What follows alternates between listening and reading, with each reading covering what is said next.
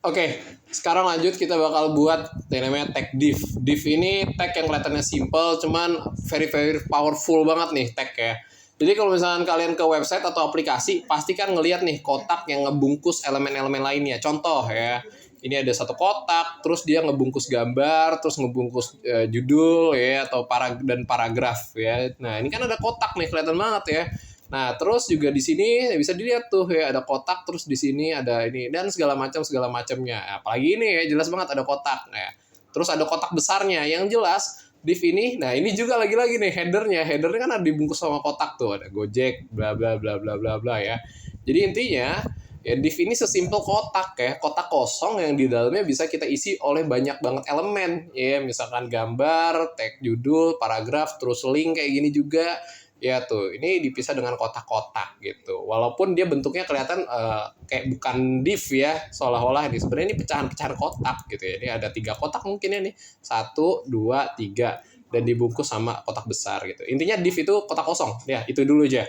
Nah, div itu dalam bahasa Inggris kan artinya division ya, artinya bagian. Memang untuk bagian-bagian. Nah, nih, cara buatnya gini, gampang. Div, udah ya. Nah, enter di dalamnya terserah nih kita mau masukin apa aja ya. Jadi lo bayangin div itu kayak ember yang dalamnya lo bisa masukin teks, gambar, terus tombol, judul, video di dalamnya ya. Tuh nih. Ini embernya kayak gini nih. Oke. Nah, di sini coba kita edit divnya ya. Div terus misalkan div ini baru kelihatan ketika kita kasih 3 atribut ya, tinggi, lebar sama background color. Ya tanpa 3 atribut itu background color, sorry, bukan background color. Kalau background color ya relatif ya, kalian kalau mau kotaknya nggak warna putih gitu ya, nggak mau di itu ya nggak masalah ya. Yang jelas artinya ada tinggi ada lebar gitu ya.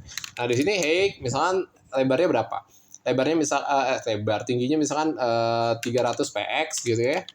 Nah, terus width lebarnya berapa nih? Ya, misalkan lebarnya sekitar 200 pixel gitu. Nah, background colornya misal green gitu ya. Oke, sekarang kita save aja. Coba kita cek. Nah, tuh ya. Kotak kosong, ya emang kotak kosong aja gitu. Nah, gimana nih caranya kita masukin elemen? Nah, coba kita di sini kan gue udah punya gambar nih ya. Tuh, udah ada gambar, terus kita coba masukin gambar ke dalam div. IMG, ya, kurikulum, nah itu. Contoh ya, contoh, oke. Terus misalkan ini kita kasih H3, H4 aja. Misalkan kurikulum web. Nah, tuh. Terus kasih paragraf misalkan. Atau A, ya. Link buka PDF gitu ya, buka PDF. Oke, ya nih kalau kita cek udah tuh. Nah gimana nih cara nge-handle div yang offset kayak gini ya, lo sesuaiin aja gitu gambarnya, jangan sampai ngelebihin width-nya si div gitu atau height-nya div gitu.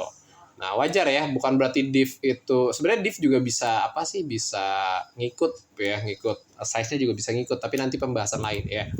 Tuh. Nah misalkan gambarnya kita atur jadi sorry ini gambarnya image IMG-nya kan div-nya 300, misalkan gambarnya width-nya sekitar 100 gitu ya, 100 px, terus height-nya berapa gitu, misalkan 100 juga gitu ya. Nah nanti dia bakal berubah gitu tuh. Oke tuh ya kan.